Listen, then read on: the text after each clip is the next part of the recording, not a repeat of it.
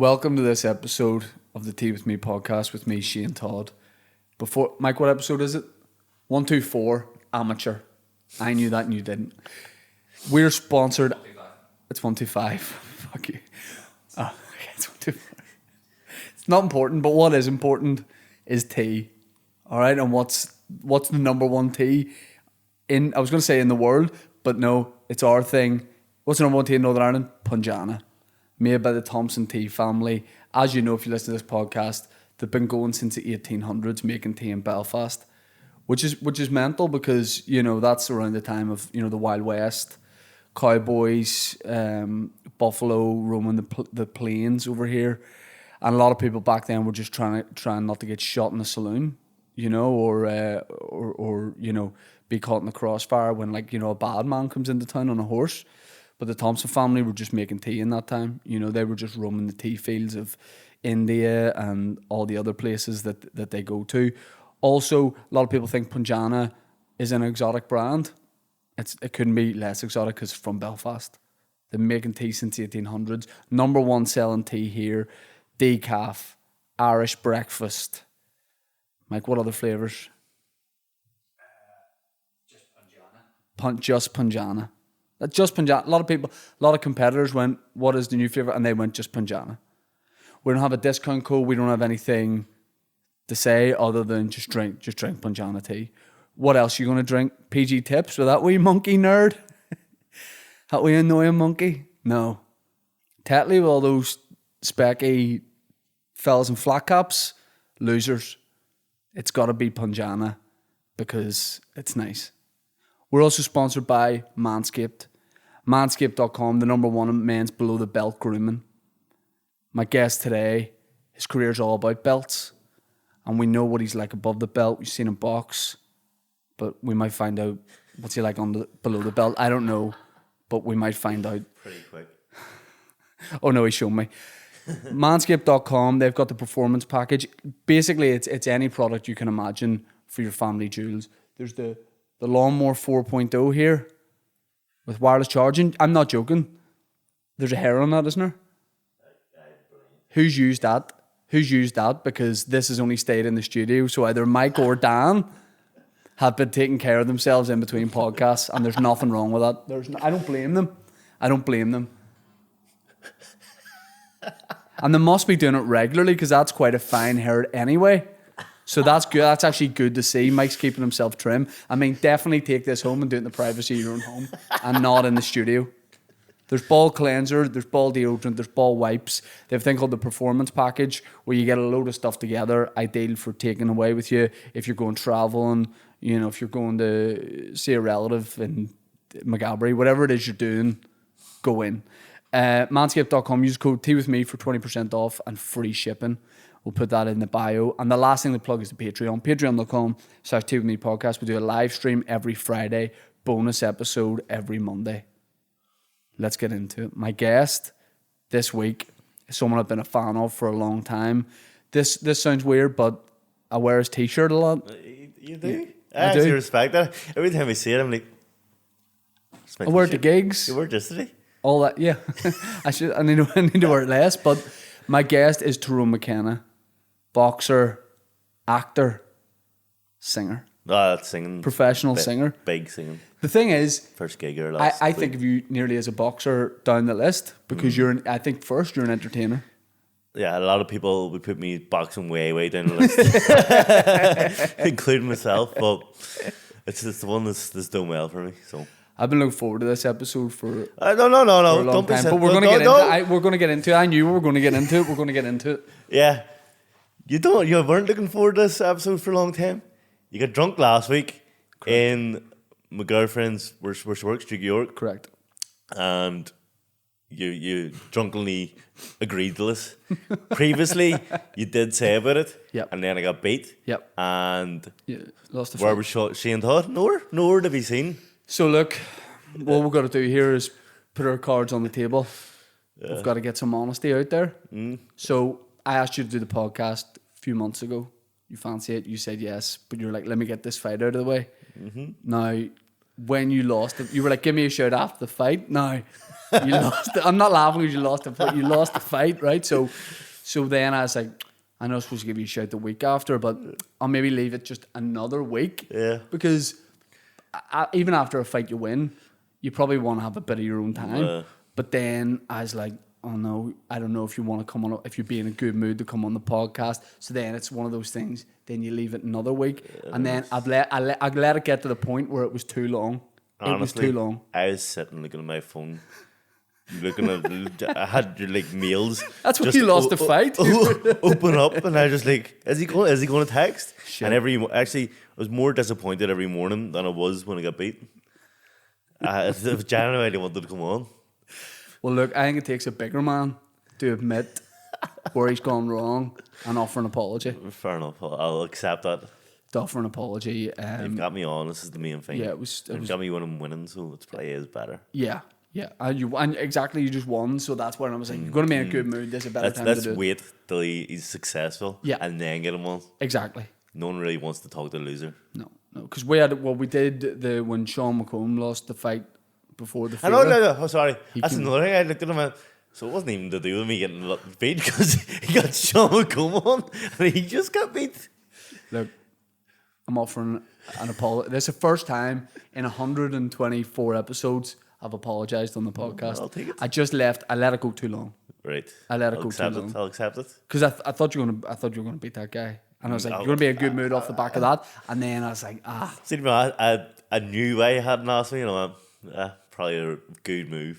Imagine if I had got your opponent on. O'Hara Davis. That would have been pretty good, to be honest. I like a good troll. I like a good some people to do something like that. So that would have been actually comical. Yeah. Well, look, it's happened. I hope we can build a bridge. Yep, we'll try. We can build a bridge. But you just had a fight at the Fela, which was. I mean, I'm not like I'm a fair weather boxing fan, but maybe one of the best fights I've seen ever. Yeah, a lot of people did say it. Frampton came up and said it's the best fight he's seen live. A lot of people said that, but that's what I am. I'm an entertainer. That's because isn't that part of the thing with that fight that we won't talk about? You changed your style for that, and you're sort of sitting back a bit. Technical boxing, is that what it's called? Back foot boxing. I regrettably changed the style for that fight because he does hit hard, your man, right? O'Hara, and I thought, right, don't get in the war with him. Yeah. Stay away from that big hand and box him, and I boxed him. I thought, but judges don't like that. But boxing judges don't like you boxing apparently. Right. So, which is not convenient. It's not when you're in the sport of boxing. But so they said, you know what, just wars from now on. I love wars anyway. So it was just like. It was like a fight you would have had in school. It was like you punched him, he punched you, you punched him, he punched you. There was no technical side to the boxing. Do you feel the difference? So like, say a fight where like you box like technically, you box smart. Not that all out war isn't smart, but like you know what I mean. If you were like throw a few punches here and there and then sit back for a while, do you notice a big difference after the fight than when you have like an all out war? Like when you have like an all out war, do you just sit down after and go, fuck? Yeah, well, the next day you'd be in pain after all I wore. Like I barely can walk the next day. Like I had to wear a back brace for like a week after that fight. My eyes are only healing now. Yeah, and you're the guy that won. Do you know what I mean? I know exactly. But I hate fights like the O'Hara Davis fight where the next day you wake up and you don't even feel like you're in a fight. I just feel like did I even do a job yesterday? I could have done more. So I love wars. Even in the gym, like when sparring, me and Sean McComb have wars every week. But just because I forget that's like part of it is in between fights when you're sparring. Like that is also fighting. It's not like you fight once every 6 months, fighting every day. Like I'm sparring 2 to 3 times a week, and it's not easy spars. People in my gym are much better than me, right? So I just get beat up in the gym as well. I have to go to war in gym every week, and it's tough. That's one of the reasons why I couldn't be a professional boxer. With a sport, I'm like, I'll fight on the nights where I have a fight, but don't hit me when I'm not when it's not the full fight. See, I hate training passion. Like I proper hate it, and you have to do 10 weeks of it. And then I like the fighting aspect of fighting. I could do that every week, but I hate training. Just hate it. The first time we met was in. Do you know what city it was? We met first time. Glasgow, wasn't it? Yeah. It was Glasgow. I I was was hoping you'd forget, and I'd be like, you forgot, and then That's a completely random meet. Isn't it? Because you didn't even know. It was Paddy Barnes that was meeting you. You didn't even know him, did you? Because I was like, who Not meeting you? really. He's like, Shane Todd. And I was like, right, where do you know him from? He said, I don't know. yeah, no, I didn't know him either. So what happened It was was, so random. I think he posted up on Twitter that he was training there at a gig that night in Glasgow. Yeah, I think I went to it. It was in the Garage, which was Yeah. a nightclub, Been there a few times. not for comedy. Not for comedy. Yeah. It used to be, I remember people saying it was like an unreal nightclub and it had like an Elvis impersonator in it who would marry you with a Haribo ring. Serious? And there was like all these mad sort of things in it. Like apparently it was a class night out.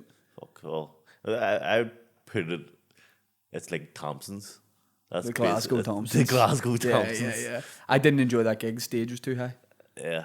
was Made you weird. look tall, No, but well, I'm a very tall guy. but No, not, like not taller than me, I don't think. What are you? I know, six, I know. Six what? I'm Are you not even 6'8". I'm 5'11", but I say 6. I see? say 6, you know what I mean? I'm actually Wearing them 5'10", shoes, but I'm that's actually 5'10". But then you may as well say 5'11". If you're going to say 5'11", you may as well say 6. And if you're going to say 6, you may as I'm well like say 8 6'2". Yeah. But that was I just met. I can't remember who messaged you. I maybe messaged Paddy and was like, here, if you're in Glasgow, do you want to have a coffee? And we went to Costa in a shopping centre, the three of we us. did. And I just remember you being like, we're training.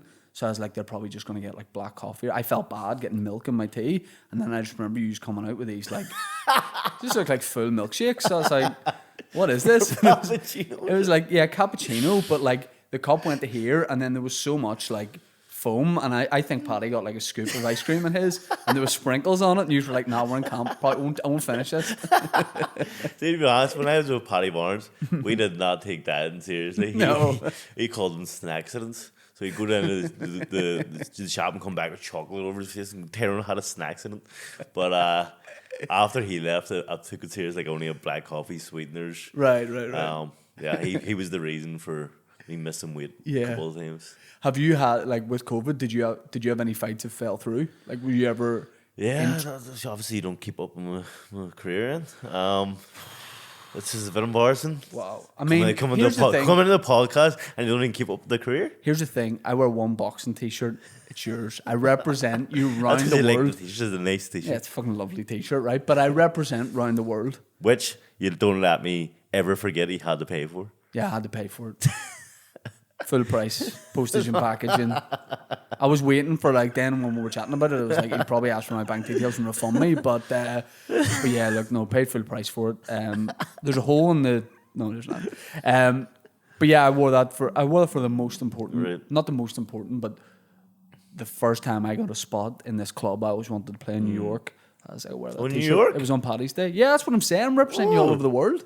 Whoa, All over the that's world. pretty good. And I spent I should five- be paying you to wear I it. spent 5 minutes in my set doing stand up and then 55 minutes just plugging you. I'm like, you got to see Tyrone, he's a great fighter. Well, and- if you plugged anything like you just did with Punjana, 'cause I'm going home and I am not banning anything else but Punjana now. all you're going to do is drink Punjana and just shave your bits. I mean, that man was going out of his way in the salons or saloons, whatever you call them. Instead of drinking whiskey, he went and made tea. He's just What a selling man. tea since the 1800s. Like, could you be fucked? Doing something from the 1800s? No, like, move on and do something He different. could be horse riding and doing all fun shit. Yeah, it Instead, just he keeps- was dedicating himself to Punjana. Keeps passing down from the families. You think one person would be like, I'm going to sell skateboards or something? No, just tea. Just fucking, He's diehard. they just love it. Yeah, I wore that t-shirt at a gig in New York. So as much as like, yeah, I'm not in your box rec every day, you know, just keeping up with the rankings, It's stuff fun. like that. That's good, you know, box track, you know. Yeah, look, I know my stuff, you know, like sort of, you know, people would know, like, you know, I could get in there and, you know, if I wanted to, you know. I could Did you get- go to the fights last week? That's Well, here's the thing. so you we get my cannon on a few days before. You get me on a week after, but you didn't even go to the fights. I've got a good excuse for that. Right, hit me. So, There's been a lot of excuses in this podcast already, but go ahead. Saturday right. So the fight was on Friday. First of all, I thought the fight was on Saturday because Mike was here. He goes, "You come to the fight." I was like, "I can't. I'm gigging in Ballycastle on Saturday." And he goes, "Well, the fight's Friday." I was like, "Shit." So then I was like, "I'm also gigging in Ballycastle on Sunday." He's like, "I know, but neither of those days are Friday."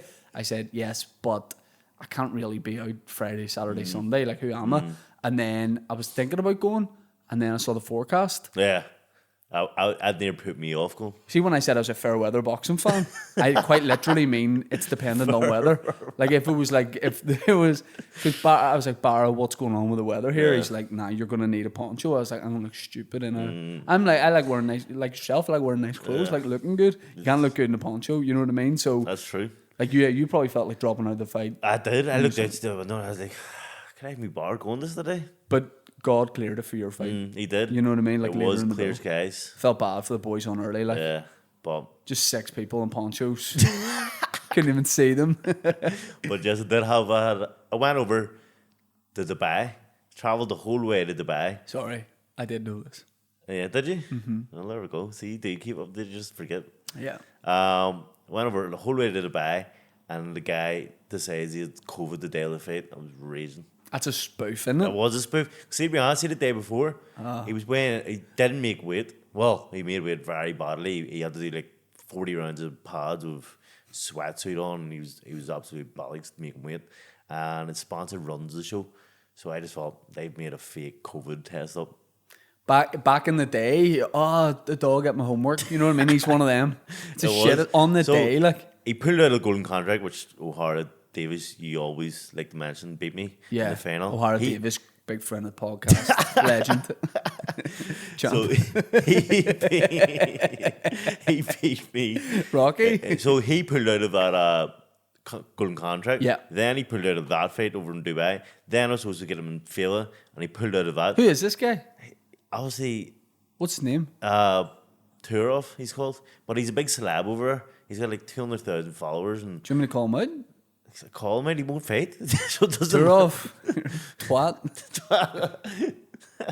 Imagine I have to fight him. He does look pretty scary, to be honest. Oh shit, I take it back. I'm on the He's got an podcast. impressive knockout You got ratio. any t-shirts, brother?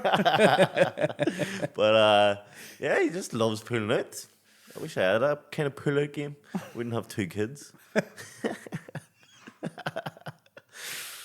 Do you get into like full beefs with people? I do. Do you get into one with him? I was about to. I was Oh, the O'Hara Davis one No, has gone on I was for going years. for years. How did that start?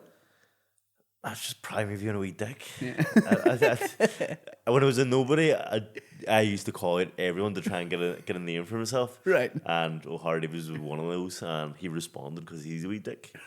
And then Battle of the Wee Dicks. was, and then it just escalated. See, at the start, it doesn't beef is just created by yourself. But see, after years of going back and forth, actually you do start hating the guy. Right. So I've had a few. I had a few beefs with where it would be legit beef is Irish fighters fighting each other. So I've had 4 of those, and there's a lot of pressure on you to beat. Like I couldn't walk down the street if I got beat by someone from Belfast. Yeah, of course. So I had one of those, and I was like, I need to win this. But you put a lot of pressure on yourself. I was more nervous going into land fights than say my last fight or a massive fight. Yeah, because everyone knows each other as well. Pride, like, a lot of pride. Everyone's going, "Are you going to beat him? You're going to beat him?" I'm like, fuck. do you think that would be like a future event at the field? Like, do you think that would work? Like just local fights? I wanted a local fight. I was supposed to fight. Well, I wasn't supposed to fight. I wanted to fight a guy called James Hennison. I actually like him. He's a nice guy. But I just think that would be unbelievable. In Fela, 8,000 people going mad for Belfast v Belfast. So you're saying you like him, right? And say he likes you. Would you try and get in his head before the fight? He's such You'd a have nice to. guy. Like, I know, but you'd have but to. I don't know. I think because he has a big name in Belfast, and Yeah. so am I. I don't like to beat my own horn, but Yeah. big name, Yeah. pretty big deal. Yeah. But yeah, I don't think you would need to. Yeah. You don't need to sell that fight. I think that would have been a massive fight, but unfortunately he was taking a break, so maybe next year. Because- I mailed him after and said maybe next year we have it. Because Belfast's so small, though, all the beef, like the slags, would be so specific. You know what I mean? Like, it would be so, like, 6 years ago, you nicked my bike and all. You're like, what? What are you talking I about? know, and it would just be one area, like his wee area, v my area. Yeah, yeah. It'd be pretty good. Yeah. Like, I love all that kind of thing, like seeing boxers on social media, like going back and forth. And you know, O'Hara Davis, that was funny, was, like, because it you could was. tell, like, they are really into this. Like, because sometimes you see it and you probably go, They're just trying to for the fight. You know see, what I mean? there is a lot of ones that just saying they're just putting that on. Yeah. But me and O'Hara was They're probably deep DMing rooted each other after. for 5 years of going back and forth. And Will you get a chance to fight him again? I think so. I think I'll get a rematch. I mean, I'm going to be top 10 in the world in WBO, so, and then he's got a big fight coming up, I think. So after that, maybe, hopefully. And then, I mean, Josh Taylor, he's the number one in my weight. He's a killer. Yeah. He was at my house on Saturday after the fight, and he was saying he's going to vacate hopefully after his next fight. So all the world titles will be free. will he move out? He'll go to a different weight or something? Hopefully. I'm urging him to go to a different weight. Yeah, that's why you had him at your house. Planning loads of food, booze and all. Move weight. You're a bit big to be my weight, aren't you? So see when it camp's over, like when a fight's over, do you just make up for it? Do you just make up for like almost like lost time? I think I make up for it a bit too much. Right. So like I don't make up for food ways. Like I'm a big eater, like, but I like eating healthy. Yeah. Ish. But drinking, I really, really am partial to 2 or 3 bottles of wine. When do you go back into the gym? Say a fight's over. See, it depends when you think you're going to be fighting, but I don't think I'll be fighting again until about December, so I don't think I'll see a gym, let's say in August at all. Right. So I'll be pretty heavy come September. I've already put on 20 pounds since my fight, so In about a week? it's desperate. 20 pounds? I would say to be honest, when I weigh in, Is Paddy Barnes your nutritionist? when you weigh in, that's not your legit weight. Like you're only out weight for about 3 hours. Yeah. So you put on 10 pounds, 14 pounds straight away. But now I'm 20 pounds over. So And when you go back in, do you ease yourself back into it, or is it like no? no, I ease myself. Right. Can't go cold turkey. Yeah. So I'll have like say I'm fighting in 12 weeks or 11 weeks. I'll diet Monday to Friday. Do nothing, like no body eating, but then on Saturday have we Indian or Chinese and then restarting Monday again. What was the night of the fella? What was the after party sort of like, or what you do straight after a fight? Are you busted? Straight after a fight. I mean, as we said, I like have more, so Yeah.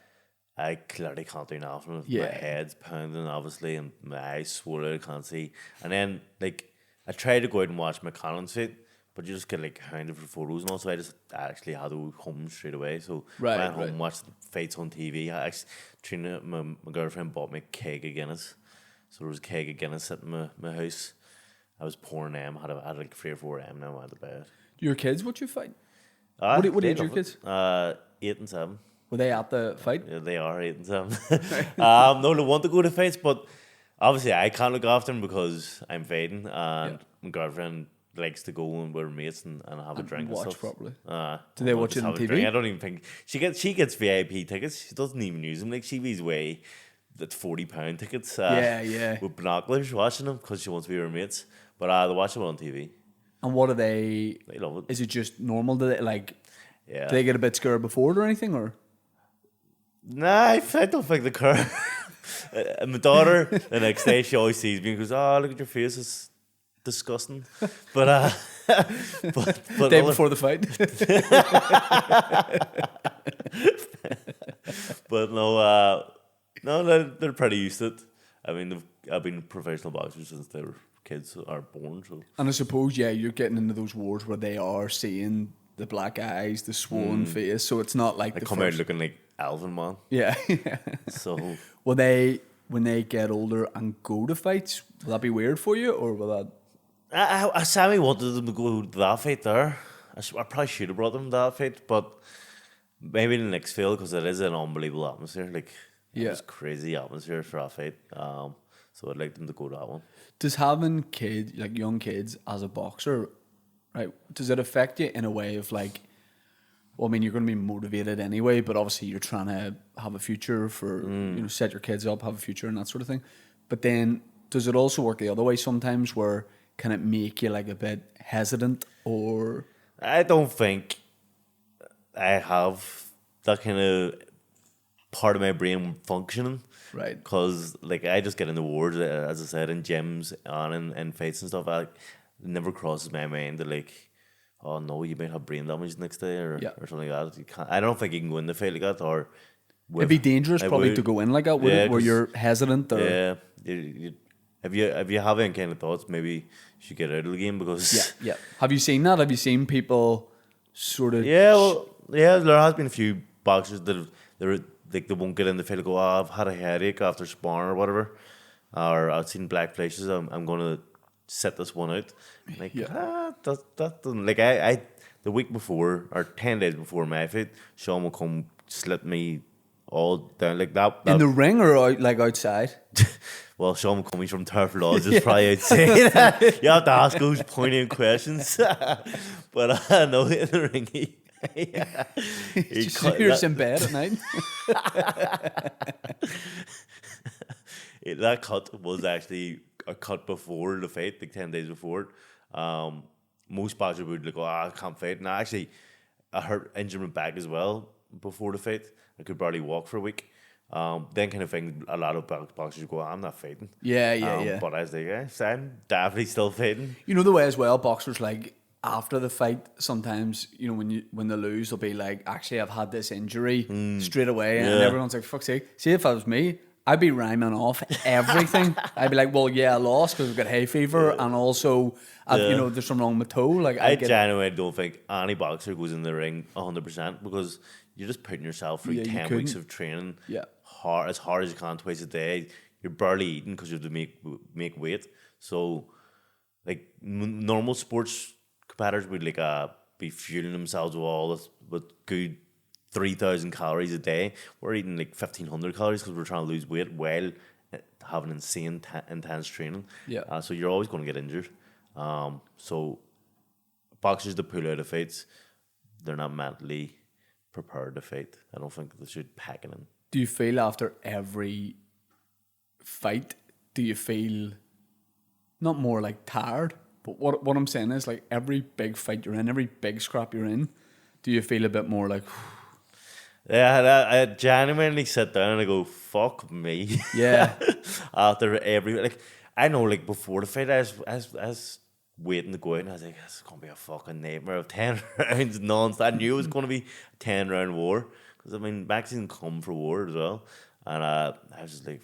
getting myself prepared for a serious war, and then after just going, thank fuck that's over. Because he must have been confused too, because like, yeah, that is like a thing of like Mexican fighters probably like always on the front foot. He probably thought you might sit back a bit, but when you didn't, and both of you are doing it. He was saying during the press conference, he was like, Tyrone McKenna thinks he's a Mexican, the way he fights. I'm going to show him who the real Mexican is and stuff. And I'm 6'1", like, I should not be walking a 5'10" box. Someone your height, know what I mean? I shouldn't be walking.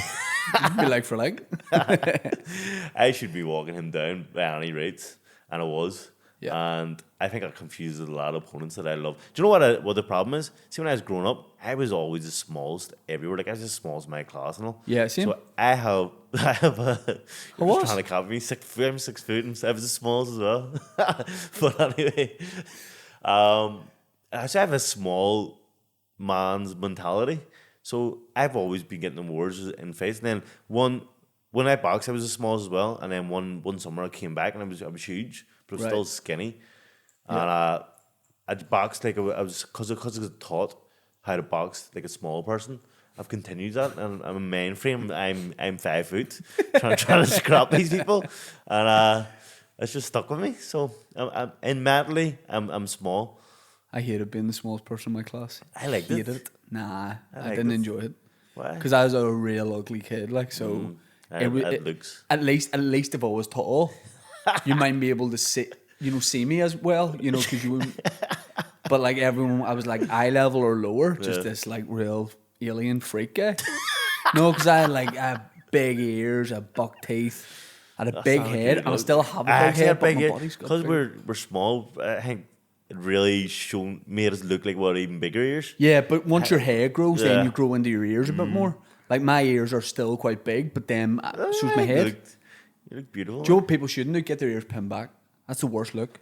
Is that what you got? No. I didn't get that. Although what's disrespectful is genuinely true, and I used to do stand up about this when I was in like P6 or something. I was getting teased about like having big ears and all that sort of thing, and my mum was like, we can get them pinned back. I was like, well, no, that's not what I'm looking for here. Tell me they're not that big. Don't say like, yeah, surgery is an option. You know what I mean? Your mommy is like, I can 100%. Yeah. I get what they're saying. She's like, I was waiting for you to say this. We're on standby here. Surgeon's going to scrub up right now and cut these down. Get a tree surgeon to cut them down for you. I was real ugly, like real ugly as a kid. And you haven't grown into your ears. You haven't grown into your teeth. I have. Oh, you have? Yeah. No, you thought I hadn't, but yeah, I have. But yeah, no, I hated being small. Didn't like it. And I think clothes look better on small people. See, being tall, like all my clothes don't look as good as like my brother.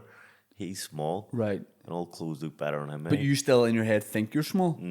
So if you don't body think dysmorphia, yeah. So you in your head you'd be like 5 foot. People don't realize that I am tall, but I have the T-Rex complex, right, where I have the smallest arms ever. Yeah. Like people are like, oh, why do you not, Tyrone, why do you not use your reach and box? And like genuinely, a 6-inch reach. 5'5" guy has the same reach as me, so I can't use my reach. See, I'd say I have really long arms, like really long arms. Really? Yeah. No, like look. No, they are pretty long. They are. Maybe You reckon I could get in and mix it up? Yeah, I think you could. You could definitely take on Paddy Barnes. Like. Well, we were talking about this. I think I'd be cruiserweight, so I think I'd be. Wait, no way you're 12 stone 2. Yeah, that's what I weigh. That's what I weigh out of camp. Yeah. 12 stone about, and then get down to 10 stone. So and I think I just box at this weight. I don't even think I'd cut. I prefer to just be comfortable. I'd go in, I wouldn't like diet or anything, and just the weight I'm at, that's where I'm going to fight. Probably don't even train. I don't think you would need to. You look like a guy that would have natural ability. I'd tune up the week of the fight once or twice, you know what I mean? I'd go in the spar, if there was like, a juniors sparring night or something, I'd go in just for confidence. Spar. Just for confidence, I'd spar a couple of them out. Confidence spar. And then I'd go in. Do you know what I'd do? 100% if I was sparring with like under 14s, I would get my bollocks knocked in so quick. I'd get floored by a 13-year-old easy. But I'd love to do that. I'd love to fight a kid. You'd love to get floored by... No, I'd love to fight a kid who it would be even with, I don't even know if it would be even, to be honest. Well, it depends how... I'm willing to go like 9-10-year-old. Like just walking past a newborn, boot it. Yeah. If I'd fight like I'd fight a prize fighter kid. Yeah, 100%, and it could go either way. What happens if you get beat? But I wouldn't like. No, that's what I'm saying. They'd have to be so young that like they wouldn't have any chance. A girl, 4-year-old, maybe 50-50. Could be 50-50. My daughter could maybe teach. Yeah. I don't think the only thing I think I'd like the training around boxing. I'd like to learn new things, but the second somebody hit me on the nose, done. You wouldn't want to go back. Ruin your face more than it already is. Exactly. Although maybe if I was a kid and someone had to punch me, maybe my features would have just set right. That's all I was missing. You used to be an actor. Used to. It never leaves you. Are you still open for calls? I'm still anyone out there that wants to get on. Me too. By the way, if you're looking for acting work, so am I. Yeah. So acting's a lot easier than I'd say being a comedian and being a boxer. I think being a comedian would be pretty hard. Because like I do press conferences. And they're always great, by the way. They are always great, but I'm always like, fuck's sake, I hate getting in front of everyone. It doesn't look like it. But as in you get nervous? I don't know. I would get nervous. I'd probably get nervous more getting up in a press conference than I would for a fight. So I think what you do is more, as in the press conference side of it, is more nerve-wracking than me doing a gig. Because at a stand-up gig, people are sort of, they're there to laugh. You know what I mean? Like they're sitting down going... But what if they don't laugh? That happens. That 100% happens. Has that happened? Do you? Would you start sweating when it doesn't? Yeah. I'd say I'd be... It depends. I'd be terrible. You can...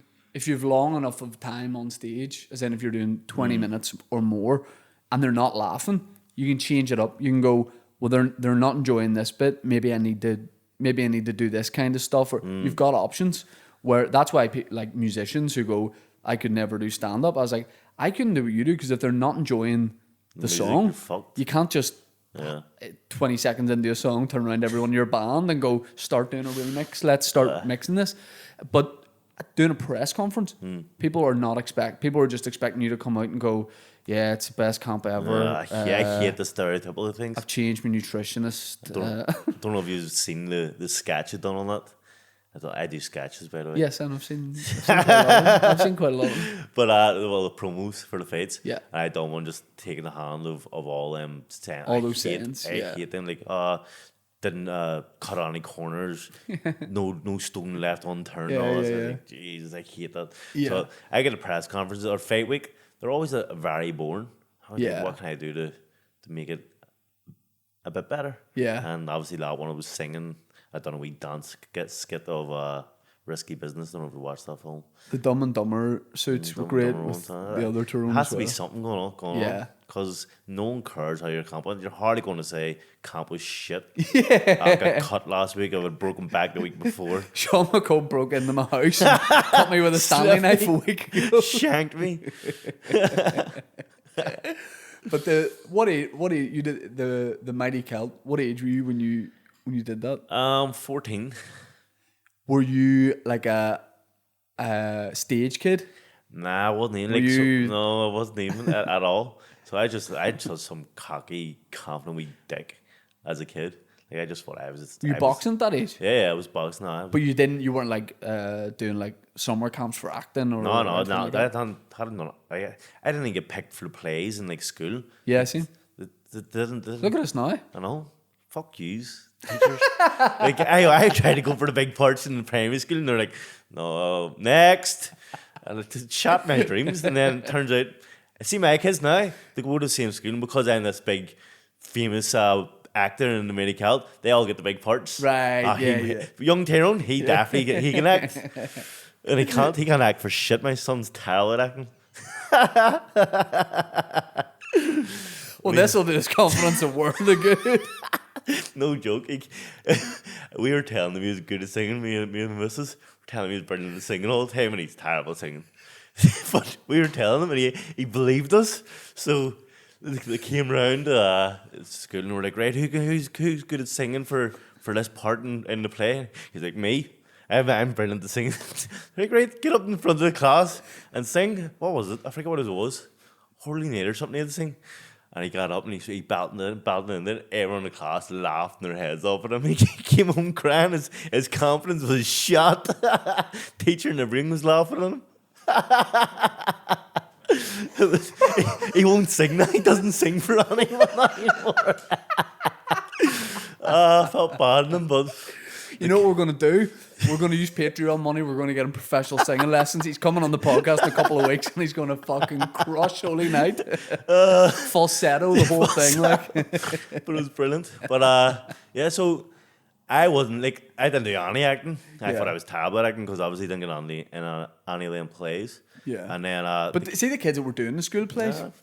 Wankers. Jog on, you know what I mean? They were wee teachers' pets. Well, one of the kids that got the lead. Now, here's the thing: the difference. I would never have auditioned even for it. Because I was like, I wouldn't be good, but I wanted to do it, but I just would never have had the confidence. P7, I was thinking, look, I'm in the school choir here. I'm dropping bars and that. So I was like, maybe they'll come to me. Come on here. It was Oliver's school play, and. You send the teacher's pet. The teacher's son got the role. What do you think of that? And he wasn't that good, like. I'd say that's ridiculous. Do you know what? I'd be still irate at that. And I'm showboating in the choir, hitting all the like baritone, hitting up the falsetto. You sing, honey? What? You good at singing? Mm-hmm. You look like you'd be a good singer, Give me anything. Give me any song. Pina Colada. If you like pina coladas, getting caught in the rain. I was doing that and I was like, so they're going to come to me for low. No, here's the thing. I'm passable at singing, but if you give me a couple of pints, karaoke, walking in Memphis, you can't see it because it's gone that far out of the park. And here's the thing, the slow bits at the start and the end of that song, I'm really caressing those notes. But when it comes to it, the real Battling bits, bit of gravel in there, like real good. I like it. And way better than your son, you know what I mean? It's not hard, obviously. So you're wanting to be in stuff but not getting like picked. So you weren't you didn't have an acting background? No, zero acting. And then they came around to school. And they're picking all kids through the whole of Belfast. Because it's a major movie. Yeah, and picking everyone, picked all. I stand with a group of friends, picked all my friends but me. I went, fuck me. I must be ugly. And I was like, right, I mustn't fit the role that they're looking. And then I seen in the paper that it was open auditions. And I went, fuck, I ain't going down with my mates. And then I got through the first audition, through about 10 auditions. And then, bang, got it.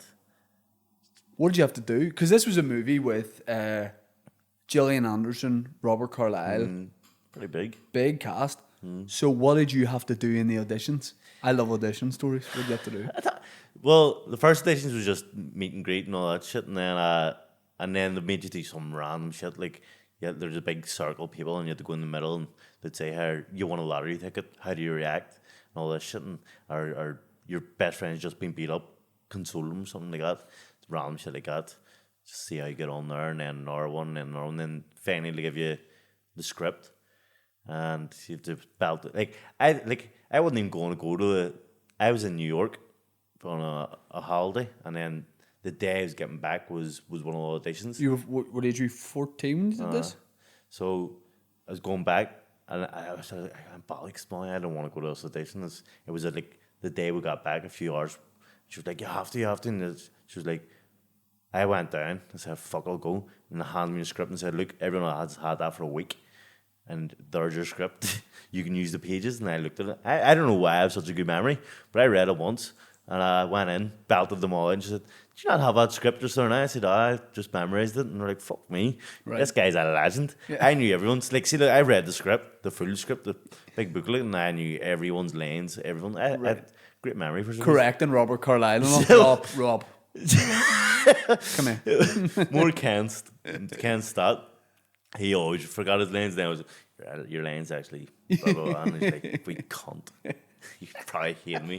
It's like one of these dicks. So you get this acting role. Did you know at the time this is a pretty big movie, or didn't really know the scale of it? I see, as a kid, I don't really care about stuff. Yeah. So I was got a movie. Didn't even care that I got it that much. The film in Belfast. I was filming around Belfast. Carrickfergus a lot. Was it good? Did you enjoy it? I loved it. It was unbelievable. I had like a wee guy who ran and got me cups of tea when I wanted cups of tea. If I wanted. If I was a 14-year-old and I had a guy that was get just me up, Panjana. he'd never be in the one position for that. I'd just be like, get this, get that. We were up on a mountain and I got KFC brought to me. So like it was. That's the dream, isn't it? It is the dream. Being up on mountain. You have like a caravan that says your name. Class. It's pretty good. And then, so that was a couple of months to film? About 2 months. How were like the actors too? Like people like Gillian Anderson, Robert Carlyle? They're pretty sound. But I was a kid, like I don't think anyone really wanted to hang out with a kid. Like living in West Belfast, growing up in West Belfast, like what did your mates think of you doing this? I think everyone expected me to.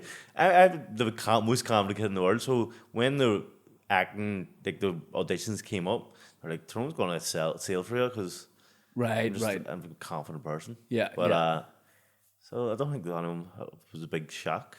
And then did you get to go to a premiere or anything like that? I went to Berlin Film Festival. It was pretty good. And then, pretty good. And like, were people complimenting you? Like, I honestly, I thought that was me. I thought I'm set up for life. Well, that's what I'm saying. Did you then think? Yeah, I definitely thought it was. Once that happened, you're going to be an actor. I thought, boom, that's me. I can leave school at 14, and turned out having a West Belfast accent is not great.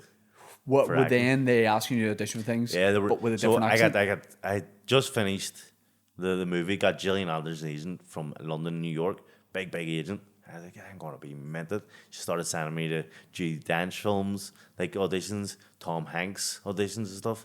But before this all happened, she'd like, right, you need to go to, I forget what it's called, but elocution lessons or whatever. To get a voice. Like, you need to learn American accent, you need to learn an English accent, just an all-around kind of stuff. Which is a lot to say to your kid, like. I was like, 100%. But I had already spent the medical money at this stage. I went on the check and it was 150 quid an hour. And I was like, I am not going to that. So I pretended there that I was going to lease. And she was sending me to Judi Dench. You have to do a UK accent for that one. Going to Tom Hanks, you have to do an American accent for this role. I was like, yeah. So I was going to lease auditions. and doing the worst American accents and the worst UK accents ever. And I must have been getting back there. That was terrible. You should just stop talking to me. But you might still be on her books. I'd love you to hit her up now and be like, listen, what are we looking at here? I'll be Horace. Let's get a few acting roles. See, that's why I think they should have let you keep your West Belfast accent, but still going for things. Like, I could definitely see you as Harry Potter. To smack Harry Potter. All right, Hagrid, bro.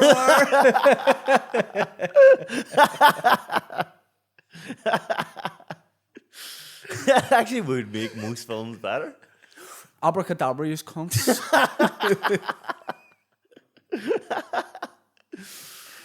Yeah. So then that. Nah, I just fell for it really, and I said, "Do you know what? I was like 20 or 21, and I said to myself, right, pretty good at boxing, pretty good at acting apparently. Let's get into one of them." And I said to myself, boxing, you only have a short window. Acting, you can do any time of your life. So I said, right, I'll put 100, because you have to put 100% in the boxing, I believe. So I said, I'll put 100% in the boxing and see where it gets me, and then fall back in acting. So you still want to do that? That's it. Once I'm finished boxing, you'll see me on the big screens. Yeah, I love. Yeah, I mean, it's such a fun. Like, I've done very, very little acting. Like, I've not done much acting at all. But what I've done, I've really enjoyed. Like, Yeah, it's lethal. it's so much fun. So easy as well. Like, it's just, you're just. I don't find it easy. I genuinely don't. Like, I think I find stand up very like natural. Yeah. Not easy, but I do feel like when I'm so comfortable doing it. With acting, I don't like when I'm comfortable being me, but then I find it like a challenge sometimes to play somebody else. No cameras on and people are watching you. Yeah, and it's not like I would like to just go in and do it, but you're there for 4 hours beforehand. There's a lot of waiting about in acting. Plus, it's dependent on other people. So if you're acting in a scene with someone else and they're doing it a lot differently than what you thought they would, or they're not good at it or whatever, that then affects you. Whereas when I'm doing stand up, no one can affect. It's just me. I find the acting so different. But I would like basically you're just saying your levels above everyone acting. Yeah. And they bring you down sometimes. Yes. Yeah. So you want to just rely on yourself. Exactly, because I know it'll be brilliant. 100%. A bit like whenever I sing "Walking to Memphis," but yeah, we should like be in a remake. We should do like a remake. Yeah, 100%. What do you think? Sure, I offered you once, me and you to do boxing before, didn't I? Yeah. And you freaked out. Yeah. Do you know why? Because you're a professional boxer, and I look like this, That's So I would love to spar, but like I wouldn't like the person to be like. Good. Sure, or like for a laugh, we'll land one on him because I think I'd die. Like, I genuinely think. To be honest, I think people overrate how sore punching is. It's not that bad to get punched. It just hurt him laugh. Yeah. Do you know what we should do, Mike? Let her punch you here just for the podcast. Do you know what's 10 times worse? Getting punched in the body. See head. Everyone said that. I can't believe that. I could get hit in the head all day. See a body shot? I cannot take a body shot for the life of me. I got hurt about 4 or 5 times in that fight there with body shots, and they weren't even that big. Is it like, when you get hit with a sore one, like, when you're a kid and like, someone kicks a football and it smacks you on the back and you don't want to in the playground, like, cry, you don't want to look like it's sore. Is a fight like that sometimes? You like, oh, fuck. Yeah. But trying to like, no. Well, headshots, yes. Like, most of my headshots, like, if I get dazed or whatever, or a blackout, I'll like wave them on and go, come on, let's go, fuck it. But body shots, I can't cover it up. Right. The wind just goes out. You can't do nothing. You can't like have a poker face on a body shot. You're just like, yeah. You're like, I can't move. What about the support you get, in the likes of in Belfast and stuff like that? Like, does that make a difference when you're fighting? Like, do you feel that when you're fighting? I didn't think it did until the lockdown, and then I fought without a crowd. Now, geez, I need a crowd back. Right. Massively. Like, I do generally get, like, I have the worst defense in the world, so I genuinely get hurt most fights. Don't put that out there. It's not hard to see when you're watching fights, but like, I genuinely get hurt most fights, and the crowd going mental really does fucking spur me on to go. Yeah. Like, people say, boxing's the only sport and you're in there by yourself. Actually, I'm in there with a crowd, I feel. Yeah. Like, they always just urge me to bite my gum shield and go for it. Do you get, like, Do you get advice from people when you're just out and about? Like, do people stop you and like? It's insane. It's mad. Like people, you need to do this. You need to do that. And like, no, where's your career in this great boxing that you're? Some guy in the spar, and you're like, I never thought of that. Genuinely, there's a guy in a spar. I'm not even joking you in anything. Can I get your number? I'd like to get sitting down with you and tell you what you need to be doing. And I was like, fuck this. And I give him a number. Why did you give him your number? Because I'm a nice guy. So I give him my genuine number, and I swear to God, I have messages from 10 minutes long, voice notes, because I don't answer his phone call. I'd say he saved as do not answer. And I have minute-long voice notes, 2-minute-long voice notes of what I did wrong or what I need to do in my next fight. And I was like, this guy's insane. Yeah. I have a lot of people like that. Right. A lot of people. What, do you ever get like weird messages or anything like that? Oh, I get a lot of weird messages. A lot. Any recurrent theme? Anything where you're like... Dick pics, mostly. No. Do you? Have you ever been sent dick pics? I've never been sent a dick pic.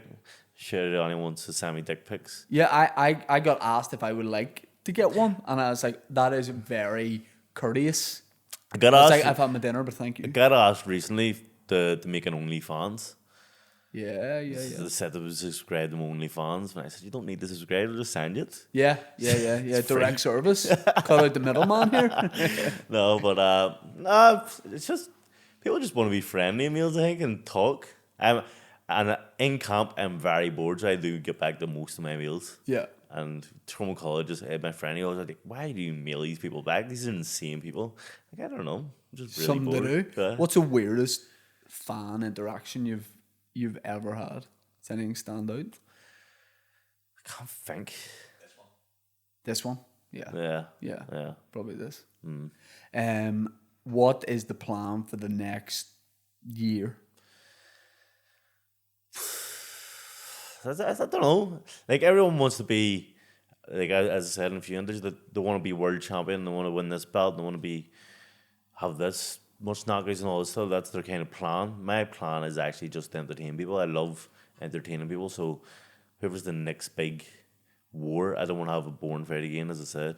So just have another big war, hopefully in America. I would love to get over to America. I think you'd play really well there. Like people. No, really I would. like you. I'm actually baffled that I haven't fought in America, like a big fight in America yet, because I am an entertainer. Yeah. So I think I'm And they obviously love the Irish. they Then, love like, Irish. They love people that have charisma, and then they love people that go to war. I'm the perfect package. Why don't you go to?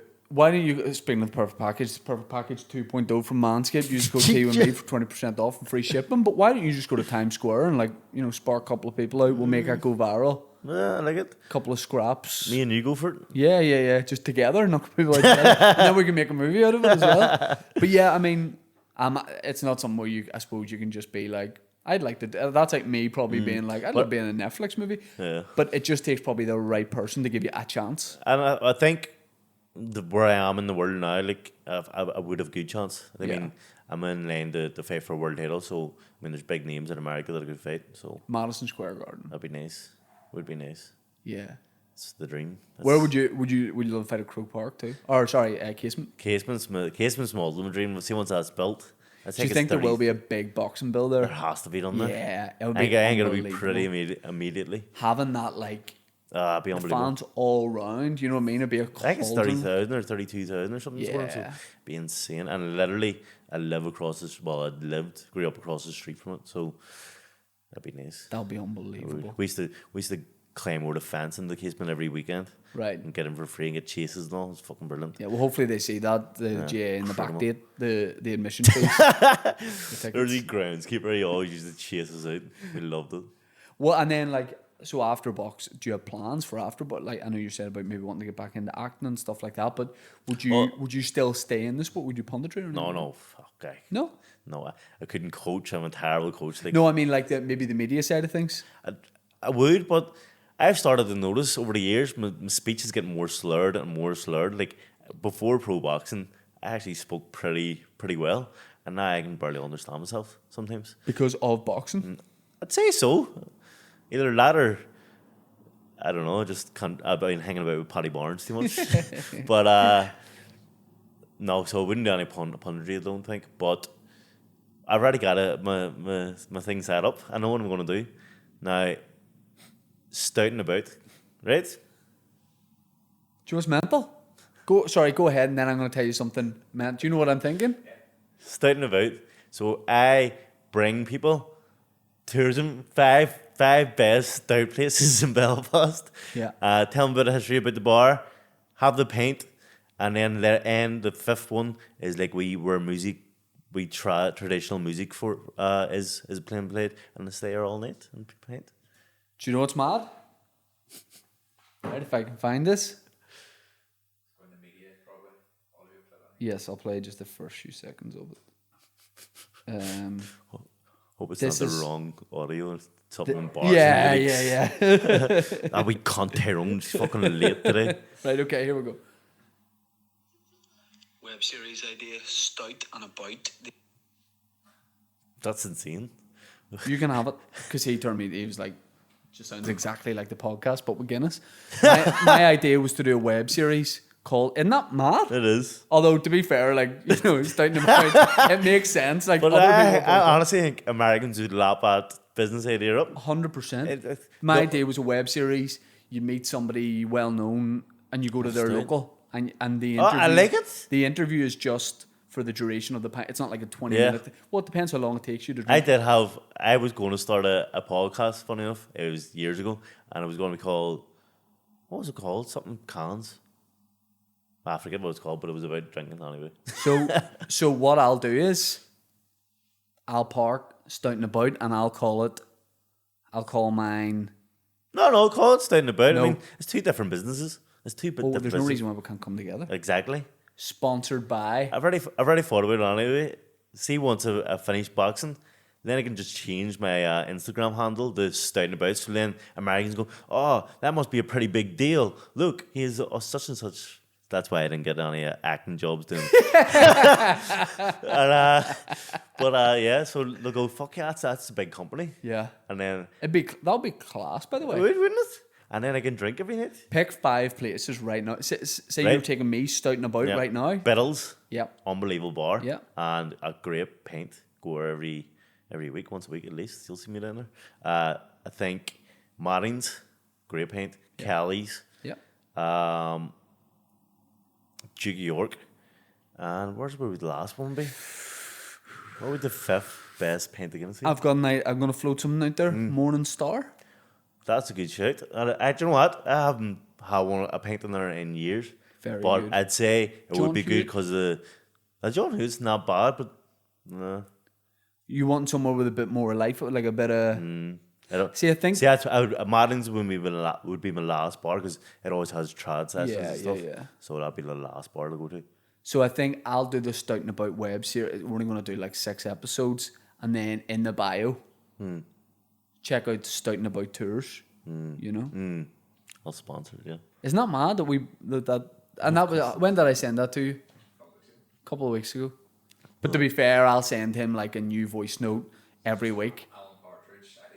Yeah. Business idea, I- and it's always like I have like in my notes, $1 million ideas. Just loads of different. what else is on there? There's all sorts. I'm telling you, you might need to see it, but there's a book of my sex stories. I'm going to call it A Hooker's Dream because it's quick sex sessions. Short stories is going to be called of sex sessions because I've got a lot of bad sexual experiences. Like what? There's going to be Like what? this is a family podcast. It's not. It's not. No. Okay. Saving it for the book. Yeah, I like the it. book, yeah. Then we'll have also an app. I don't know if it's out yet, but like say we're in Belfast, and you're like, oh, where's a parking spot? It tells you where a free parking spot is in Belfast. Yeah. That's genius. I don't know why it's like just say like there'll be stickers.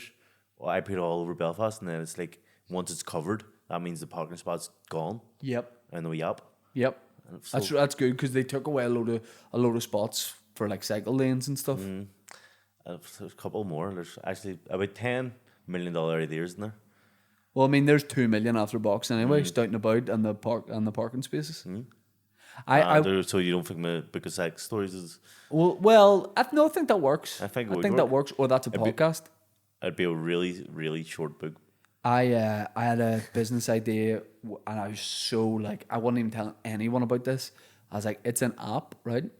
You put 20 quid into it and it converts it in real time into different currencies around the world.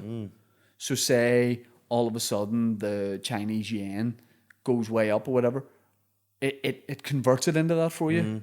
And then it converts it into That's good. I like it. But it keeps bouncing around. And I was like, so you know, I was like, imagine you put in like $1,000 or whatever. And then just- I was like, it'll keep giving you the best currency and then it'll eventually change it back. And I said this to my mate who works in finance. He's like, you know what that is? The stock market. He's like, if people could predict that kind of thing, he's like, that can't possibly work. But I think he maybe took it and he's doing it, you know? I actually had a very similar one that for betting. So like you put $1,000 into the bet and it does only bet, like it does the bets for you, but it only does ones that are like 1 to 1,000 on, like search, and it like only gets you like 2p back or whatever.